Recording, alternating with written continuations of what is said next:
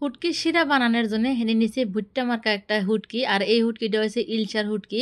তো আমি একলাই খামো ওই জন্য একটা হুটকি নিছি, আর হুটকির ওই যে চোষাগোনা যে আছে অন্য লাহে লাহে আমি ছাড়াই নিতেছি করে সব গোনাই চোষা আমের ছাড়ান শেষ।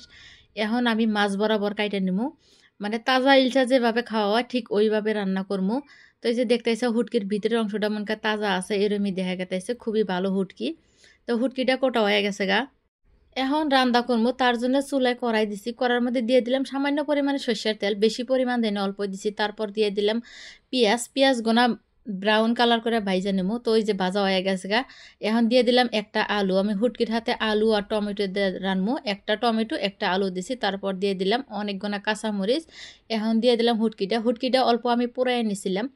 তো হুটকি পোড়াই নিলে ভালো হয়, অল্প বাসনা কয় খাতি স্বাদ লাগে, এই জন্য পোড়াই নিয়েছিলাম।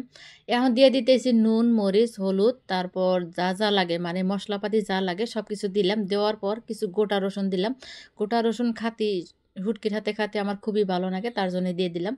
এখন দিয়ে দিতেছি পর্যাপ্ত পরিমাণে পানি, যে পরিমাণে পানি লাগবো ঠিক ওই পরিমাণ অনুযায়ী দিছি। আর এটা যেহেতু হুটকি শিরা পানির পরিমাণ অল্প বেশি দিছি।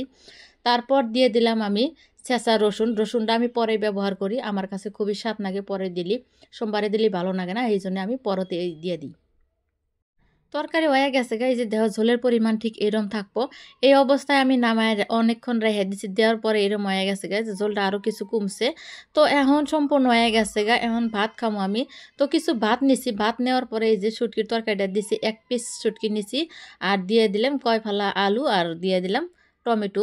দেখছাও তরকারির কালারটা কত সুন্দর হয়েছে। এখন আমি খামো, এই যে হুটকির মধ্যে থেকে আমি ছাড়াই নেবো। এটা খাতে কিন্তু খুবই স্বাদ লাগে, তোমরা এবার করে একদিন রান্না খাইয়া দেখো, খুবই সহজ পদ্ধতিতে ভালো লাগবো। আমার কাছে তো খাতে খুবই ভালো লাগতেছে। তো বন্ধুরা তোমগোর কাছে কিরম লাগছে কমেন্ট করে অবশ্যই জানাও। আর আমার এই ভিডিওটা যদি তোমগোরে ভালো লাগে লাইক শেয়ার কমেন্ট করে দিও। তো আজকের মতো বিদায় নিতেছি, আবারও আসবো নতুন রেসিপি নিয়ে।